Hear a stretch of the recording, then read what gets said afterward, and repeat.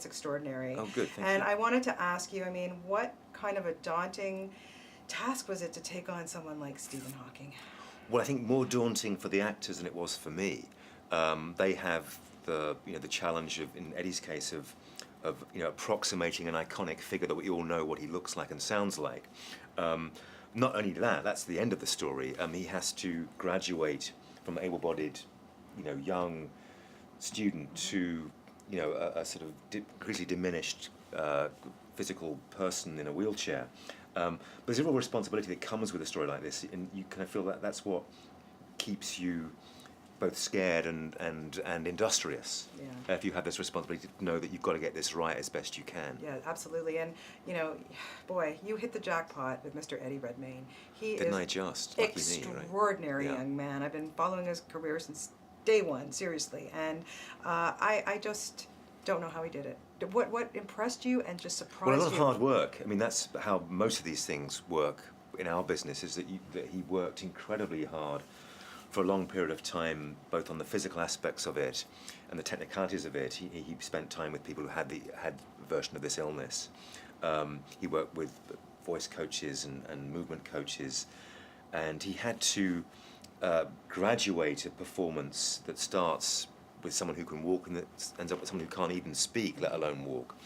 And to get those details right every step of the way was an amazing achievement. But more importantly, it's the emotional life of the character that makes the story work, if you like. And it's a real love story. I mean, Felicity was also outstanding as Jane, and to take on what that woman did, I mean, without Jane, there'd be no Stephen Hawking. But at the end of the day, it's such a love story. I mean, honestly, I don't know if I could have done what she did. No, that's the great sort of question of the film. What would you do?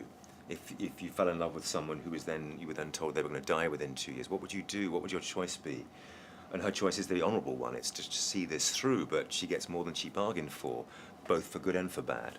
That relationship carries on for many years. There are children, there are all kinds of joys and complications. There is Stephen's career, there's his increasing deterioration as a physical presence.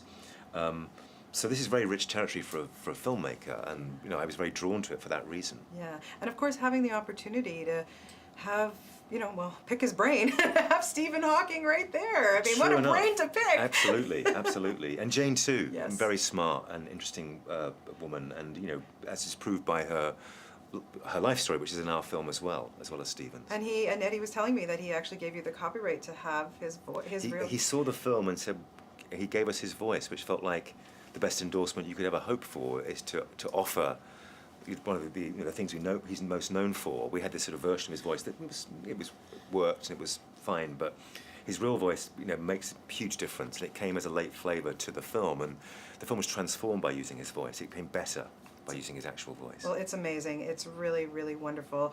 Get the tux ready for Oscar season, because you're certainly going to need it. I'm telling you, this is such a fantastic film, and thank you for bringing it to Toronto. Great. I really appreciate that. Thanks. Thank you.